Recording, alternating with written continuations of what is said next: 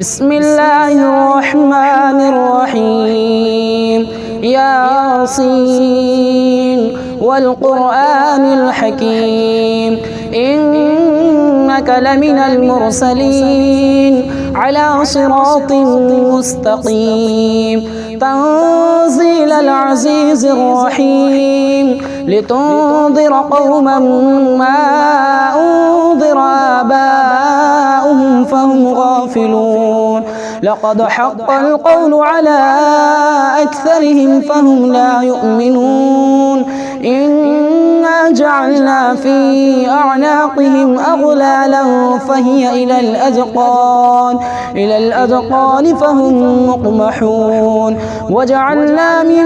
بين أيديهم سدا ومن خلفهم سدا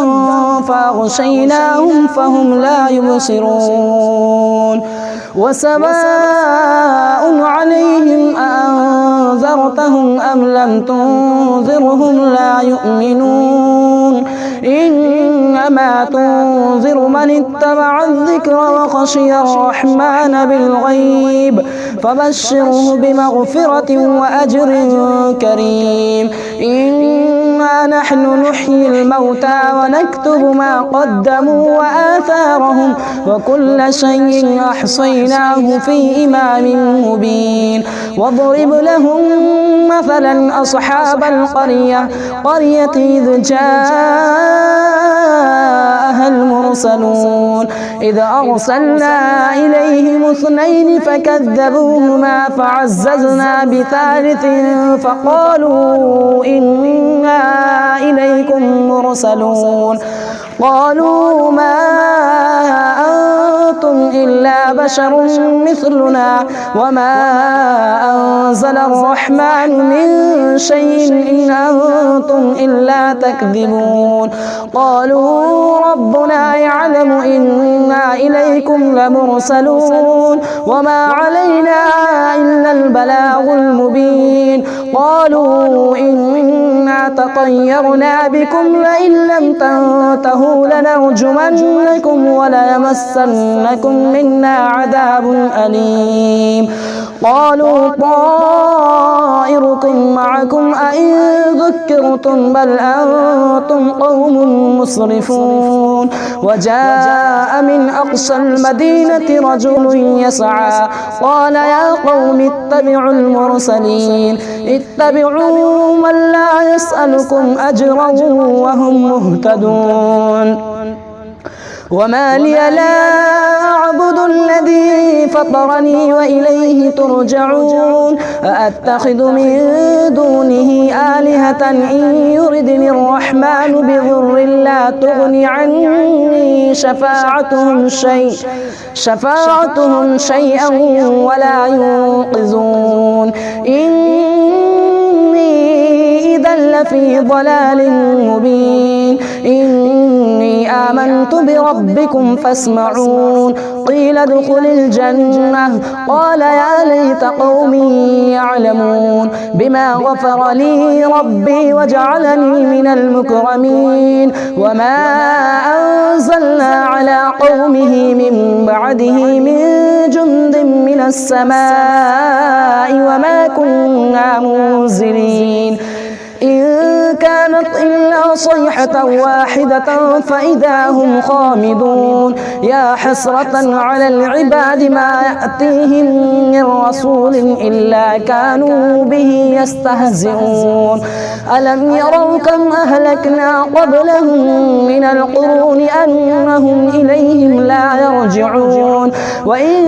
كل لما جميع لدينا محضرون وآية لهم الأرض الميتة أحييناها وأخرجنا منها حبا فمنه يأكلون وجعلنا فيها جنات من نخيل وأعناب وفجرنا فيها من العيون ليأكلوا من ثمره وما عملته أيديهم أفلا يشكرون سبحان الذي خلق الأزواج كلها مما تنبت الأرض ومن أنفسهم ومما لا يعلمون وآية لهم الليل نسلخ منه النهار فإذا هم مظلمون والشمس تجري لمستقر لها ذلك تقدير العزيز العليم والقمر قدرناه منازل حتى عاد كالعرجون القديم لا الشمس ينبغي لها أن تدرك القمر ولا الليل سابق النهار وكل في فلك يسبحون وآية لهم أنا حملنا ذريتهم في الفلك المشحون وخلقنا لهم من مثله ما يركبون وإن نشأ نغرقهم فلا صريخ لهم ولا هم ينقذون إلا رحمة منا ومتاعا إلى حين وإذا قيل لهم اتقوا ما بين أيديكم وما خلفكم لعلكم ترحمون وما تأتيهم من آية من آيات ربهم إلا كانوا عنها معرضين وإذا قيل لهم أنفقوا مما رزقكم الله قال الذين كفروا للذين آمنوا أنطعم من لو يشاء الله أطعمه إن أنتم إلا في ضلال مبين ويقولون متى هذا الوعد إن كنتم صادقين ما ينظرون إلا صيحة واحدة تأخذهم وهم يخصمون فلا يستطيعون توصية ولا إلى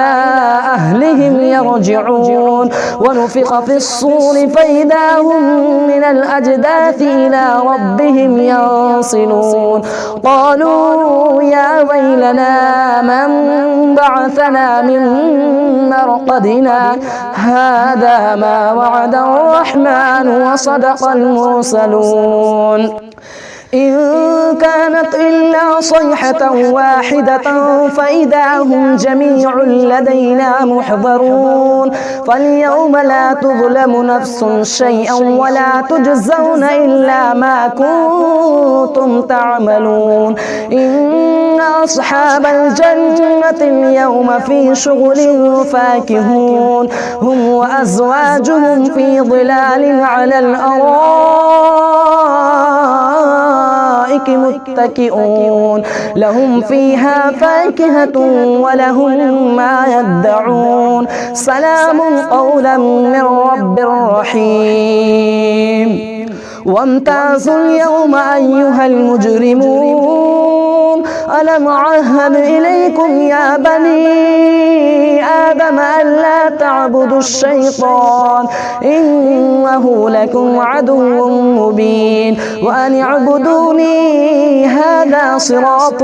مستقيم ولقد أضل منكم جبلا كثيرا أفلم تكونوا تعقلون هذه جهنم التي كنتم توعدون اصلوها اليوم بما كنتم تكفرون اليوم نختم على أفواههم وتكلمنا أيديهم وتشهد أرجلهم بما كانوا يكسبون ولو نشاء لطمسنا على أعينهم فاستبقوا الصراط فأنى يبصرون ولو نشاء لمسخناهم على مكانتهم فما استطاعوا مضيا ولا يرجعون ومن نعمره ننكسه في الخلق أفلا يعقلون وما علمناه الشعر وما ينبغي له إن هو إلا ذكر وقرآن مبين لينذر من كان حيا وحق القول على الكافرين أولم يروا أنا خلقنا لهم مما عملت أيدينا أنعاما فهم لها مالكون وظللناها لهم فمنها ركوبهم ومنها يأكلون ولهم فيها منافع ومشارب أفلا يشكرون واتخذوا من دون الله آلهة لعلهم ينصرون لا يستطيعون نصرهم وهم لهم جند محضرون فلا يحزنك قولهم إنا نعلم ما يسرون وما يعلنون أولم ير الإنسان أنا خلقناه من نطفة فإذا هو خصيم مبين وضرب لنا مثلا ونسي خلقه قال من يحيي العظام وهي رميم قل يحييها الذي أنشأها أول مرة وهو بكل خلق عليم الذي جعل لكم من الشجر الأخضر نارا فإذا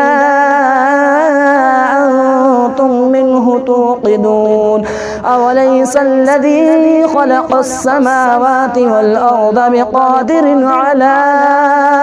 أن يخلق مثلهم بلى وهو الخلاق العليم إنما أمره إذا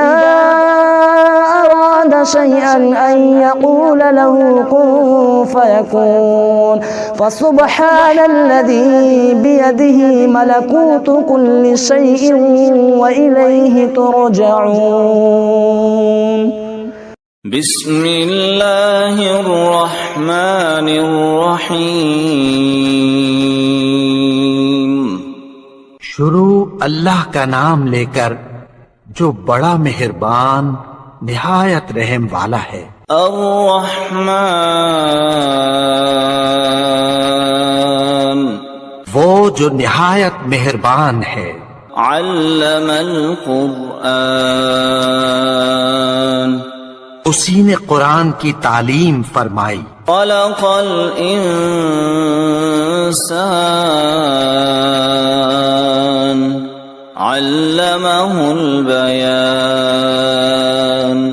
اسی نے انسان کو پیدا کیا، اسی نے اس کو بولنا سکھایا۔ الشمس والقمر بحسبان سورج اور چاند ایک حساب مقرر سے چل رہے ہیں۔ والنجم والشجر يسجدان اور بوٹیاں اور درخت سجدہ کر رہے ہیں۔ والسماء رفعها ووضع الميزان اور اسی نے آسمان کو بلند کیا اور میزان عدل قائم کر دی۔ لا تطغوا في الميزان کہ اس میزان میں حد سے تجاوز نہ کرو۔ وَأَقِيمُوا الْوَزْنَ بِالْقِسْطِ وَلَا تُخْسِرُوا الْمِيزَانَ اور انصاف کے ساتھ ٹھیک تولو اور تول کم مت کرو۔ وَالْأَرْضَ وَضَعَهَا لِلْأَنَامِ اور اسی نے خلقت کے لیے زمین بچھائی۔ فِيهَا فَاكِهَةٌ وَالنَّخْلُ ذَاتُ الْأَكْمَامِ اس میں میوے اور کھجور کے درخت ہیں جن کے خوشوں پر غلاف ہوتی ہیں۔ والحب ذو العصف والریحان فبأي آلاء ربكما تكذبان اناج جس کے ساتھ بھس ہوتا ہے اور خوشبودار پھول۔ تو اے گروہ جن و انس، تم اپنے پروردگار کی کون کون سی نعمت کو جھٹلاؤ گے؟ خلق الإنسان من صلصال كالفخار اسی نے انسان کو ٹھیکرے کی طرح کھنکھناتی مٹی سے بنایا. وخلق الجان من مارج من نار فبأي آلاء ربكما تكذبان اور جنات کو آگ کے شعلے سے پیدا کیا، تو تم اپنے پروردگار کی کون کون سی نعمت کو جھٹلاؤ گے؟ رب المشرقین ورب المغربین، وہی دونوں مشرقوں اور دونوں مغربوں کا مالک ہے. فبأي آلاء ربكما تكذبان، تو تم اپنے پروردگار کی کون کون سی نعمت کو جھٹلاؤ گے؟ مرج البحرین یلتقیان بینہما برزخ لا یبغیان، اسی نے دو دریا رواں کیے جو آپس میں ملتے ہیں، مگر دونوں میں ایک آڑ ہے کہ اس سے تجاوز نہیں کر سکتے. فبأي آلاء ربكما تكذبان، تو تم اپنے پروردگار کی کون کون سی نعمت کو جھٹلاؤ گے؟ يخرج منهما اللؤلؤ والمرجان فبأي آلاء ربكما تكذبان، ان دونوں دریاؤں سے موتی اور مونگے نکلتے ہیں، تو تم اپنے پروردگار کی کون کون سی نعمت کو جھٹلاؤ گے؟ وَلَهُ الْجَوَارِ الْمُنشَآتُ فِي الْبَحْرِ كَالْأَعْلَامِ فَبِأَيِّ آلَاءِ رَبِّكُمَا تُكَذِّبَانِ، اور جہاز بھی اسی کے ہیں جو سمندر میں پہاڑوں کی طرح اونچے کھڑے ہوتے ہیں، تو تم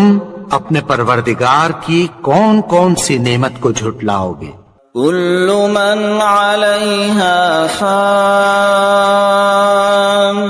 ويبقى وجه ربك ذو الجلال والإكرام فبأي آلاء ربكما تكذبان، جو مخلوق زمین پر ہے سب کو فنا ہونا ہے، اور تمہارے پروردگار ہی کی ذات جو صاحب جلال و کرم ہے باقی رہے گی. تو تم اپنے پروردگار کی کون کون سی نعمت کو جھٹلاؤ گے؟ يسأله من في السماوات والأرض كل يوم هو في شأن فبأي آلاء ربكما تكذبان، آسمان اور زمین میں جتنے لوگ ہیں سب اسی سے مانگتے ہیں، وہ ہر روز کسی نہ کسی کام میں ہوتا ہے. تو تم اپنے پروردگار کی کون کون سی نعمت کو جھٹلاؤ گے؟ سنفرغ لكم أيها الثقلان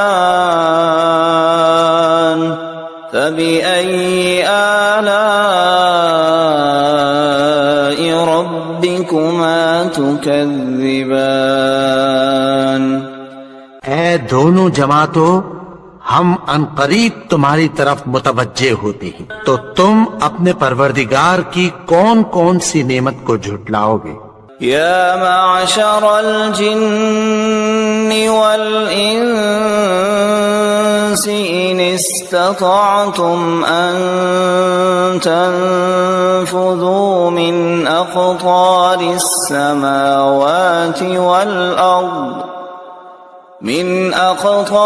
السماوات والأرض فانفذوا لا تنفذون إلا بسلطان فبأي آلاء ربكما تكذبان؟ اے گروہ جن و انس، اگر تمہیں قدرت ہو کہ آسمان اور زمین کے کناروں سے نکل جاؤ تو نکل جاؤ، اور زور کے سوا تو تم نکل سکنے ہی کے نہیں، تو تم اپنے پروردگار کی کون کون سی نعمت کو جھٹلاؤ گے؟ يرسل عليكما شواظ من نار ونحاس فلا تنتصران فبأي آلاء ربكما تكذبان؟ پھر تم ان کا مقابلہ نہ کر سکو گے، تو تم اپنے پروردگار کی کون کون سی نعمت کو جھٹلاؤ گے؟ فَإِذَا انشَقَّتِ السَّمَاءُ فَكَانَتْ وَرْدَةً كَالدِّهَانِ، پھر جب آسمان پھٹ کر تیل کی تلچھٹ کی طرح گلابی ہو جائے گا تو وہ کیسا ہولناک دن ہوگا۔ فَبِأَيِّ آلَاءِ رَبِّكُمَا تُكَذِّبَانِ؟ تو تم اپنے پروردگار کی کون کون سی نعمت کو جھٹلاؤ گے؟ فَيَوْمَئِذٍ لَا يُسْأَلُ عَن ذَنبِهِ إِنسٌ وَلَا جَانٌ فَبِأَيِّ آلَاءِ رَبِّكُمَا تُكَذِّبَانِ؟ تو اس روز نہ تو کسی انسان سے اس کے گناہوں کے بارے میں پرسش کی جائے گی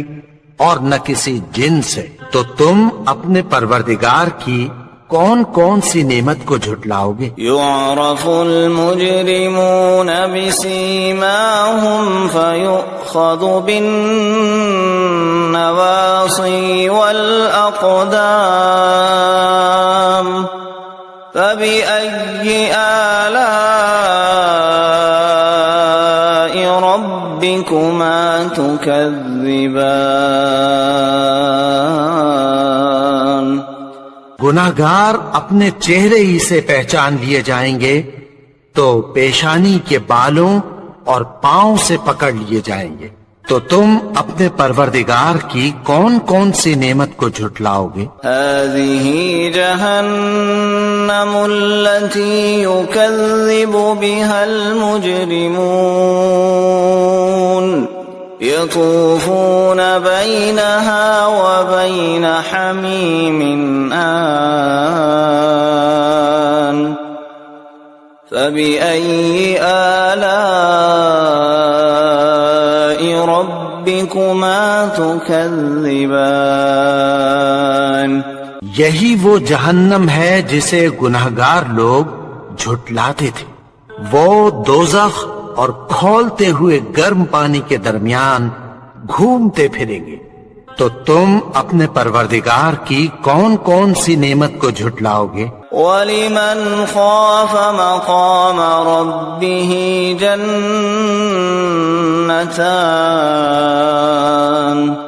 فَبِأَيِّ آلَاءِ رَبِّكُمَا ربكما تكذبان اور جو شخص اپنے پروردگار کے سامنے کھڑے ہونے سے ڈرا اس کے لیے 2 باغ ہیں، تو تم اپنے پروردگار کی کون کون سی نعمت کو جھٹلاؤ گے؟ ذواتا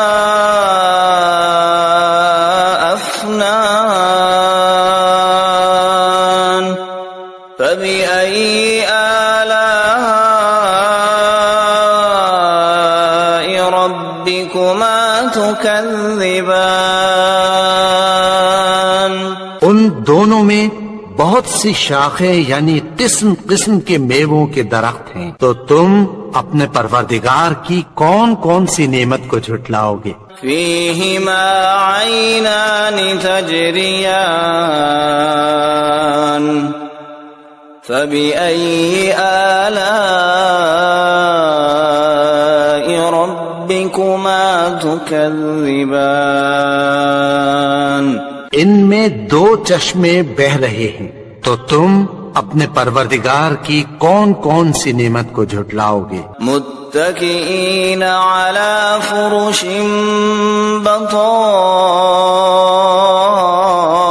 بطائنها من استبرق وجنى الجنتين دان فبأي آلاء ربكما تكذبان اہل جنت ایسے بچھونوں پر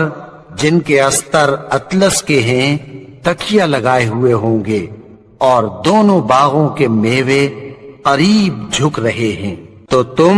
اپنے پروردگار کی کون کون سی نعمت کو جھٹلاؤ گے؟ فيهن قاصرات الطرف لم يطمثهن إنس قبلهم ولا جان فبأي آلاء ربكما تكذبان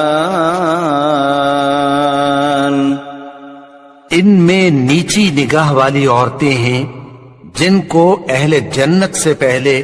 نہ کسی انسان نے ہاتھ لگایا اور نہ کسی جن نے،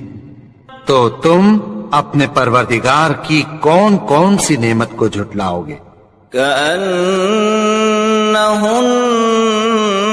الياقوت والمرجان فبأي آلاء ربكما تكذبان گویا وہ یاقوت اور مرجان ہیں، تو تم اپنے پروردگار کی کون کون سی نعمت کو جھٹلاؤ گے؟ هل جزاء الإحسان إلا الإحسان فبأي آلاء ربكما تكذبان نیکی کا بدلہ نیکی کی سوا کچھ نہیں ہے، تو تم اپنے پروردگار کی کون کون سی نعمت کو جھٹلاؤ گے؟ ومن دونهما جنتان فبأي آلاء ربكما تكذبان اور ان باغوں کے علاوہ 2 باغ اور ہیں، تو تم اپنے پروردگار کی کون کون سی نعمت کو جھٹلاؤ گے؟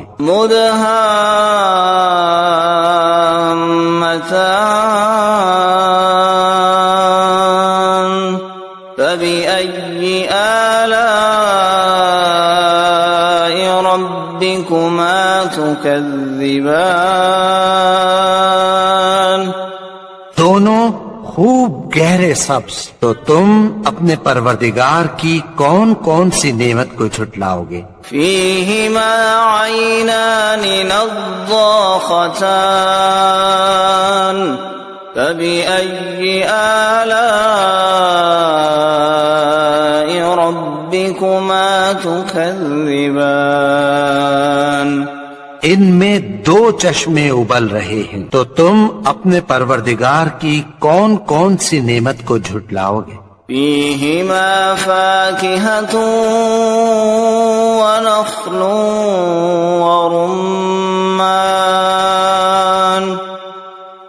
فبأي آلاء ربكما تكذبان ان میں میوے اور کھجوریں اور انار ہیں، تو تم اپنے پروردگار کی کون کون سی نعمت کو جھٹلاؤ گے؟ فيهن خيرات حسان فبأي آلاء ربكما تكذبان ان میں نیک سیرت خوبصورت عورتیں ہیں، تو تم اپنے پروردگار کی کون کون سی نعمت کو جھٹلاؤ گے؟ حور مقصورات في الخيام فبأي آلاء ربكما تكذبان وہ حوریں ہیں جو خیموں میں محفوظ ہیں، تو تم اپنے پروردگار کی کون کون سی نعمت کو جھٹلاؤ گے؟ لم يطمثهن انس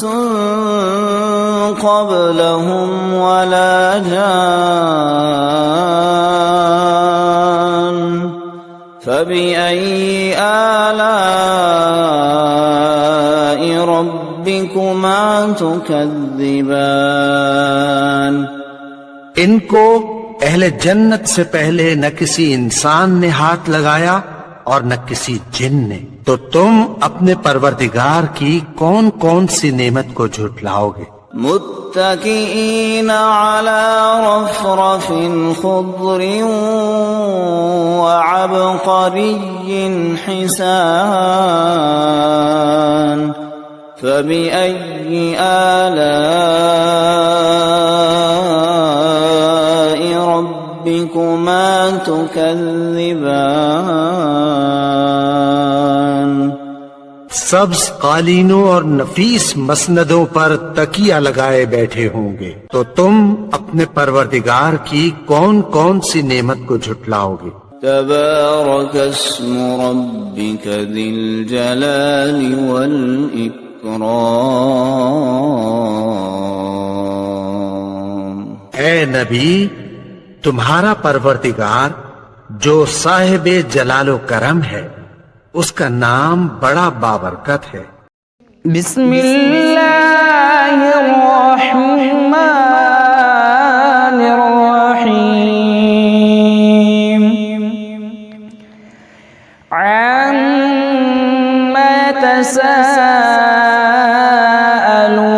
تساءلون عن النبأ العظیم الذي هم فيه مختلفون كلا سيعلمون ثم كلا سيعلمون ألم نجعل الأرض مهادا والجبال أوتادا وخلقناكم أزواجا وجعلنا نومكم سباتا وجعلنا الليل لباسا وجعلنا النهار معاشا وبنينا فوقكم سبعا شدادا وجعلنا سراجا وهاجا وأنزلنا من المعصرات ماء ثجاجا لنخرج به حبا ونباتا وجنات ألفافا إن يوم الفصل كان ميقاتا يوم ينفخ في الصور فتأتون أفواجا وفتحت السماء فكانت أبوابا وصيرت الجبال فكانت سرابا إن جهنم كانت مرصادا للطاغين مآبا لابثين فيها أحقابا لا يذوقون فيها بردا ولا شرابا إلا حميما وغساقا جزاء وفاقا إنهم كانوا لا يرجون حسابا وكذبوا بآياتنا كذابا وكل شيء أحصيناه كتابا فذوقوا فلن نزيدكم إلا عذابا إن للمتقين مفازا حدائق وأعنابا وكواعب أترابا وكأسا دهاقا لا يسمعون فيها لغوا ولا كذابا جزاء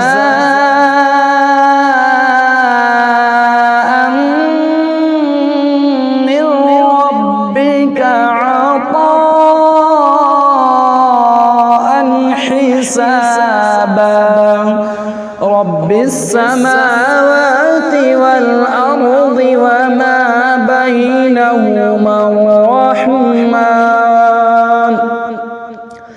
وما بينهما الرحمن لا يملكون منه خطابا يوم يقوم الروح والملائكة صفا لا يتكلمون إلا من أذن له الرحمن وقال صوابا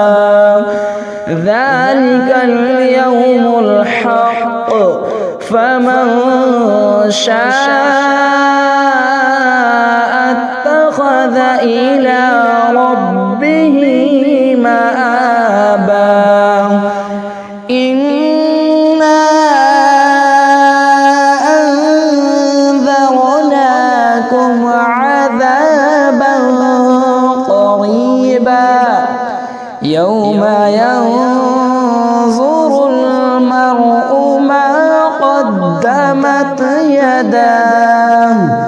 ما قدمت يداه ويقول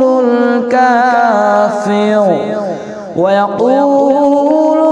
الكافر يا ليتني كنت ترابا. بسم الله الرحمن الرحيم. والنازعات غرقا والناشطات نشطا والسابحات سبحا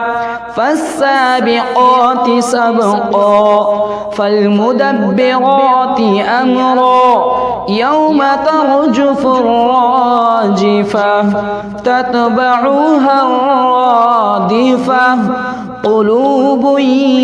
يومئذ واجفة أبصارها خاشعة يقولون أئنا لمردودون في الحافرة أئذا كنا عظاما نخرة قالوا تلك إذا كرة خاسرة فإنما هي زجرة واحدة فإذا هم بالساهرة. هل أتاك حديث موسى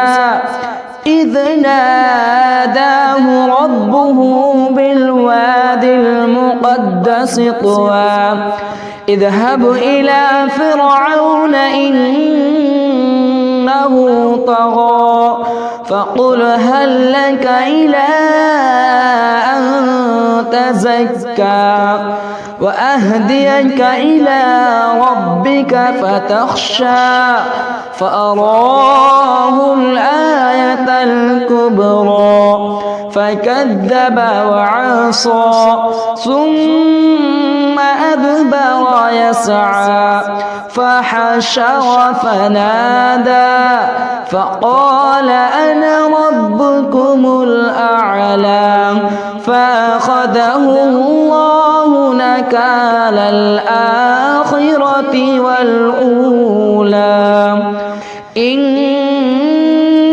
في ذلك لعبرة لمن يخشى. أأنتم أشد خلقا أم السماء بناها رفع سمكها فسواها وأغطش ليلها وأخرج ضحاها والأرض بعد ذلك دحاها أخرج منها ماءها ومرعاها والجبال أرساها متاعا لكم ولأنعامكم فإذا جاءت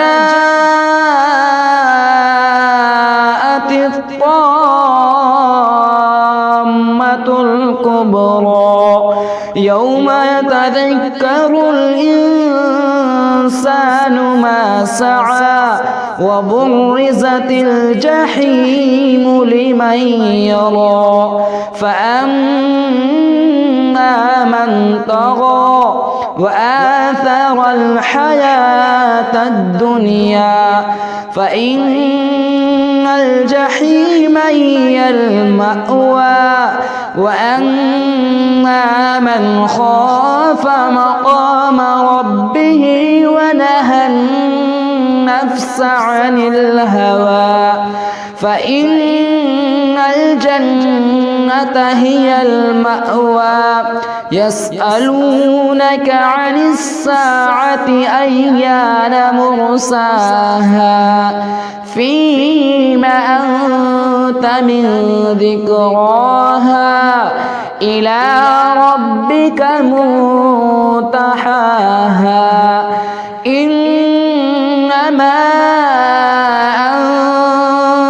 أنت منذر من يخشاها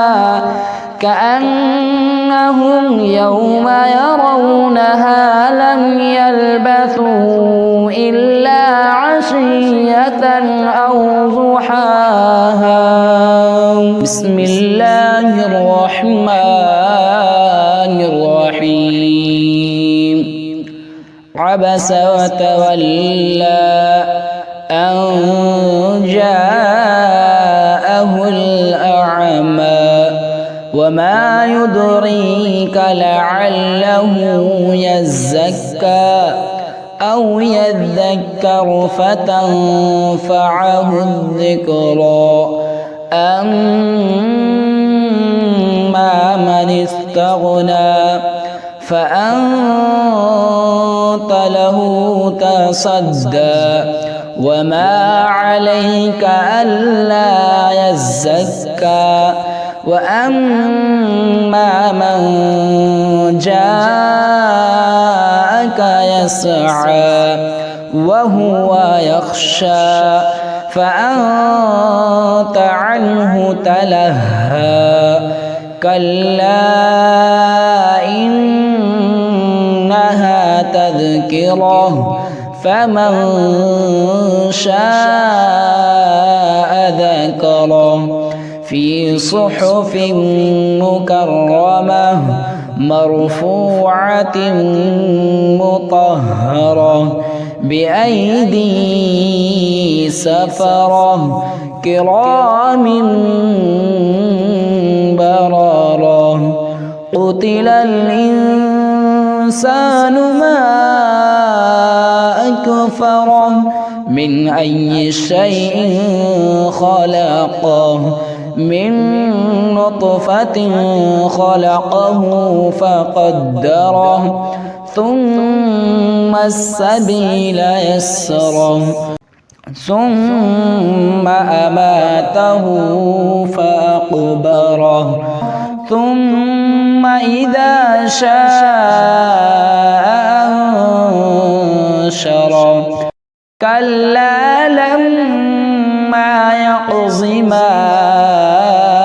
أمره فلينظر الإنسان إلى طعامه أنا صببنا الماء صبا ثم شققنا الأرض شقا فأنبتنا فيها حبا وعنبا وقضبا وزيتونا ونخلا وحدائق غلبا وفاكهة وأبا متاعا لكم ولأنعامكم. فإذا جاءت الصاخة يوم يفر المرء من أخيه وأمه وأبيه وصاحبته وبنيه لكل امرئ منهم يومئذ شأن يغنيه. وجوه يومئذ مسفرة ضاحكة مستبشرة ووجوه يومئذ عليها غبرة ترهقها قترة. أولئك هم الكفرة الفجرة. بسم الله الرحمن الرحيم. إذا الشمس كورت وإذا النجوم انكدرت وإذا الجبال صيرت وإذا العشار عطلت وإذا الوحوش حشرت وإذا البحار سجرت وإذا أخرجت وإذا الموءودة سئلت بأي ذنب قتلت وإذا الصحف نشرت وإذا السماء كشطت وإذا الجحيم سعرت وإذا الجنة أزلفت علمت نفس ما أحضرت فلا أقسم بالخنس الجوار الكنس والليل إذا عسعس والصبح إذا تنفس إنه لقول رسول كريم ذي قوة عند ذي العرش مكين مطاع ثم أمين وما صاحبكم بمجنون ولقد رآه بالأفق المبين وما هو على الغيب بضنين وما هو بقول شيطان رجيم فأين تذهبون إن هو إلا ذكر للعالمين لمن شاء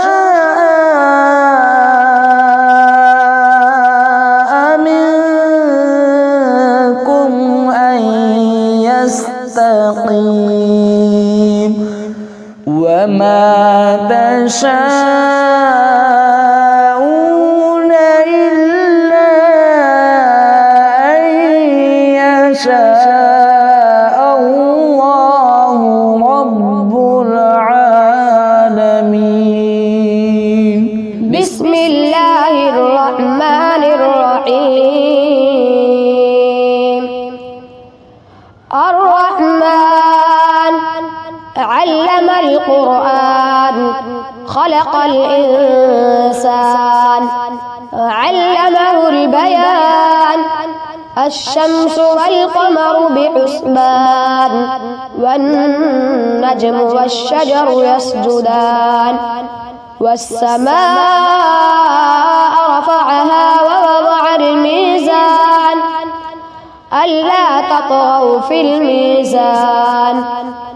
وأقيموا الوزن بالقسط ولا تخسروا الميزان والأرض وضعها للأنام فيها فاكهة والنخل ذات الأكمام والحب ذو العصف والريحان فبأي آلاء ربكما تكذبان خلق الإنسان من صلصال كالفخار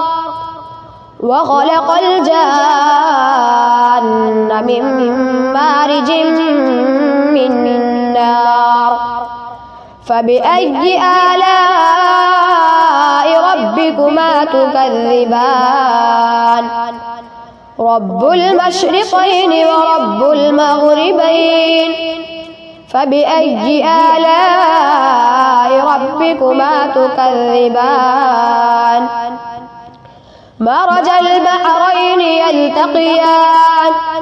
بينهما برزخ لا يبغيان فبأي آلاء ربكما تكذبان يخرج منهما اللؤلؤ والمرجان فبأي آلاء ربكما تكذبان وله الجوار المنشآت في البحر كالأعلام فبأي آلاء ربكما تكذبان كل من عليها فان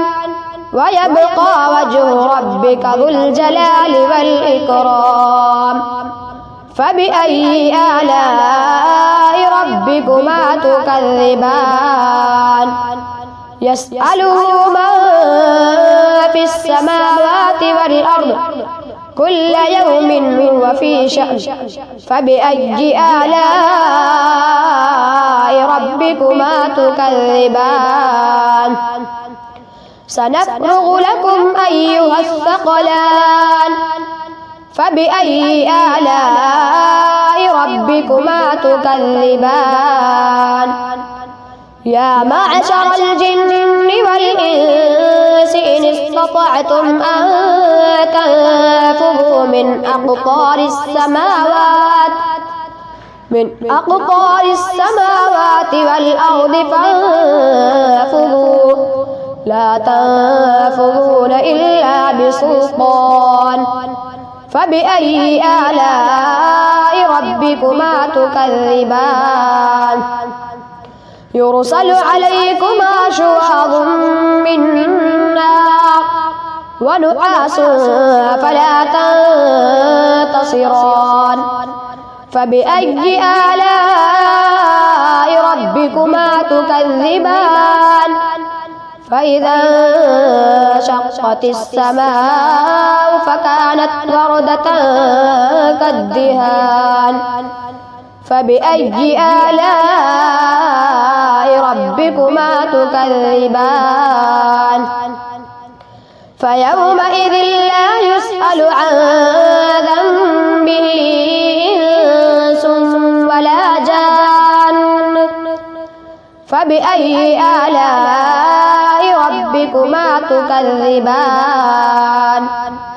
يعرف المجرمون بسيماهم فيؤخذ بالنواصي والأقدام فبأي آلاء ربكما تكذبان